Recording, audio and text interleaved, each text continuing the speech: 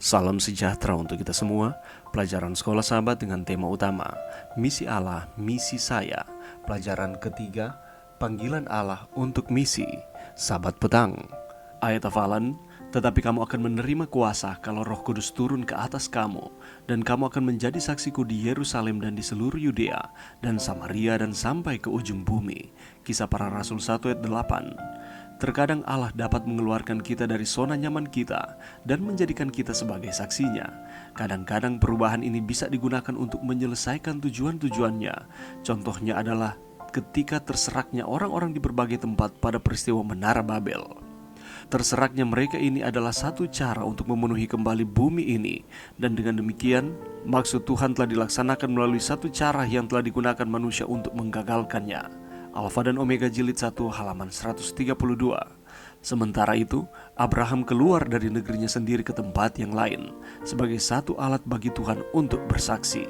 Murid-murid Yesus beralih dari yang tadinya bekerja hanya bagi bangsa mereka sendiri. Sekarang mereka bekerja bagi bangsa lain juga. Dalam Kisah Para Rasul 1 ayat 8, Yesus meletakkan satu prinsip penginjilan.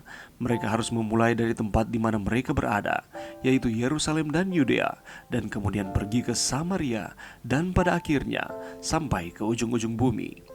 Tetapi, kalaupun kita tidak meninggalkan negeri kita, Allah tetap menginginkan kita untuk menjangkau orang-orang yang ada di sekeliling kita. Ketika gereja di Yerusalem merasa puas diri, anggota-anggotanya menjadi tersebar.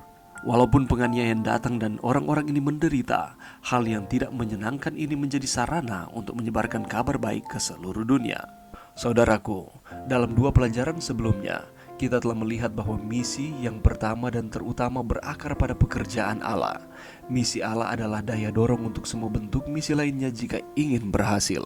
Fokus pekan ini berpindah dari misi Allah kepada panggilan umat manusia untuk bermitra dengan Allah dalam membagikan kasih-Nya kepada dunia yang lebih luas. Sementara fokusnya adalah untuk aspek misi pada diri manusia, semua yang lainnya harus dibaca dalam terang pelajaran 2 minggu sebelumnya yang berfokus pada inisiatif dan maksud misiologi Allah. Alkitab memiliki banyak cara dan ayat-ayat yang menjelaskan panggilan aktif Allah kepada manusia sebagai mitranya untuk berbagi dalam berkat-berkat yang Ia ingin dialami oleh semua manusia. Pekan ini kita akan meneliti beberapa contoh itu. Semua contoh yang ditemukan dalam pekan ini harus dibaca dalam terang rancangan asli penciptaan Allah yang terdapat dalam Kejadian 1 dan 2 yang diringkaskan dalam Kejadian 1 ayat 26 sampai 28. Bahkan setelah kejatuhan, keinginan Allah yang semula bagi umat manusia tetap sama. Tetapi implementasi keinginannya berubah karena rusaknya hubungan sebagai akibat dari pilihan Adam dan Hawa. Selain kerinduan Allah yang semula itu, ada kebutuhan terhadap rencana penebusan. Rencana ini dimulai dalam Perjanjian Lama, digenapi dalam kehidupan, kematian, dan kebangkitan Yesus, serta diberitakan di seluruh Perjanjian Baru oleh para pengikut Yesus. Sepanjang minggu ini kita akan melanjutkan pelajaran kita, dan kita sudah tiba di pelajaran yang ketiga, panggilan Allah untuk misi.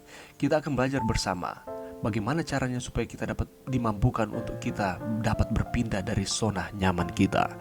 Apakah ketika kita berpindah dari zona nyaman kita membutuhkan proses, dan bagaimanakah prosesnya? Kita akan belajar bersama dari orang-orang yang dicatat di dalam peristiwa Kejadian 11 ayat 1 sampai 9. Selanjutnya kita akan mempelajari bagaimana caranya supaya kita dapat menjadi berkat bagi seluruh dunia. Kita akan kembali belajar dari pengalaman Abraham. Kita akan mempelajari di dalam Kejadian 12 ayat 1 sampai 3. Ada hal yang diinstruksikan Allah kepada Abram, dan itu merupakan sebuah panggilan misi. Apakah hal tersebut? Dan Allah mengadakan perjanjian dengan umat-umatnya. Bagaimanakah caranya supaya kita dapat menerima akan janji Tuhan di dalam firman-Nya? Kita akan belajar kembali bagaimana Abraham dipanggil oleh Tuhan untuk menjadi hamba Allah. Kita akan melihat lebih khusus lagi pengalaman Abraham ketika dia ada di Mesir. Apakah yang dapat kita ambil dari pengalaman cerita Abraham ketika di Mesir? Selanjutnya kita akan mempelajari bagaimana gereja mula-mula menerima akan misi Allah, dan bagaimana sehingga mereka tidak terpengaruh dengan zona nyaman.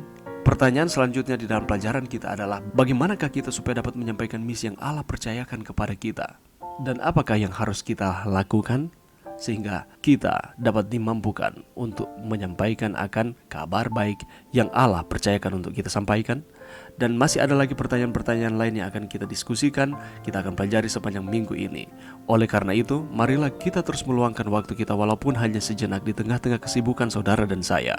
Kita mempelajari akan pelajaran sekolah Sabat. Kita akan memperoleh manfaat dari mempelajari pelajaran ini. Iman kita akan terus dikuatkan.